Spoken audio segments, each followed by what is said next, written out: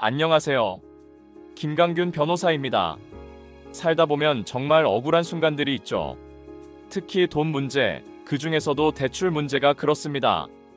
여러분, 큰맘 먹고 대출금을 미리 갚으려는데 은행에서 중도 상환 수수료를 내라고 하면 어떤 기분이 드시나요? 이 수수료까지 이자로 계산하면 법에서 정한 최고 이자율을 훌쩍 넘는 경우가 많은데요. 이거 불법 아닌가 하는 생각 한 번쯤 해보셨을 겁니다.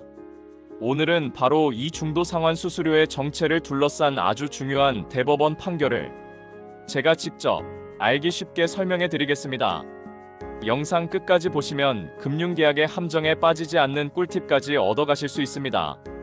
자, 그럼 어떤 사건이었는지 한번 들여다볼까요?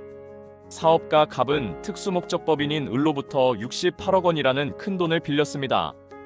계약서에는 1년 안에 원금을 조기 상환하면 상환액의 1%를 중도 상환 수수료로 지급한다는 조항이 있었죠. 갑은 사업이 잘 풀렸는지 1년이 되기 전에 68억 원을 모두 갚았습니다. 그리고 약속대로 수수료 약 2,800만 원도 냈죠. 그런데 돈을 다 갚고 나니 문득 이런 생각이 든 겁니다.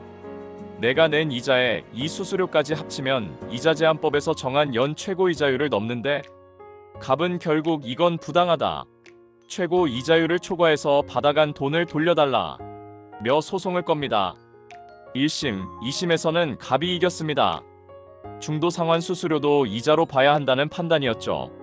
하지만 을은 대법원까지 이 사건을 끌고 갑니다. 여기서 이 재판의 핵심 쟁점이 등장합니다. 바로 중도 상환 수수료는 이자인가 아닌가?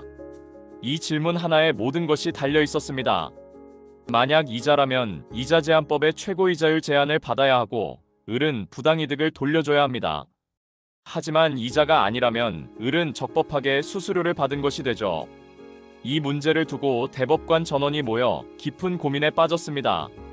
과연 대법원은 누구의 손을 들어주었을까요? 결론부터 말씀드립니다. 대법원은 중도 상환 수수료는 이자가 아니다라고 판결했습니다. 하급심의 판결을 뒤집은 거죠. 왜 이런 결론이 나왔을까요? 제가 변호사의 시각에서 세 가지로 딱 정리해 드리겠습니다.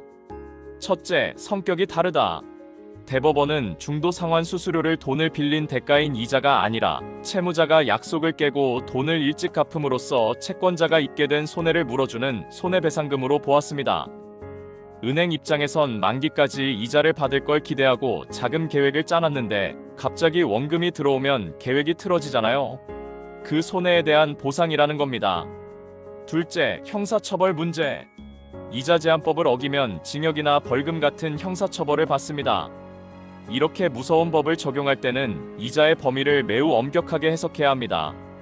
성격이 불분명한 것까지 이자라고 확대 해석해서 처벌하면 안 된다는 게 대법원의 입장이었습니다. 셋째, 다른 보호장치가 있다. 대법원은 굳이 이걸 이자로 안 봐도 소비자를 보호할 방법은 충분하다고 봤습니다.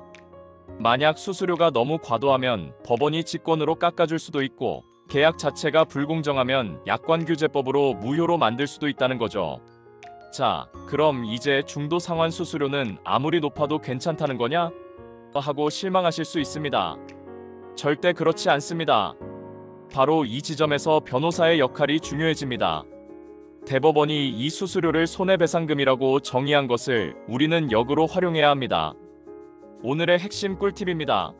만약 여러분의 중도 상환 수수료가 너무 과하다고 느껴진다면 이거 이자제한법 위반이에요 라고 주장해선 안 됩니다.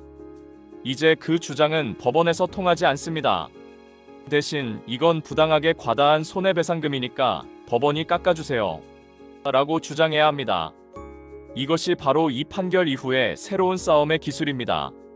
상대방이 입는 실제 손해에 비해 수수료가 터무니없다는 것을 입증하는 것이 관건이죠. 오늘 살펴본 것처럼 중도 상환 수수료는 이제 이자가 아닌 손해배상금으로 정리되었습니다. 이 작은 차이가 법정에서는 승패를 가르는 결정적인 기준이 됩니다.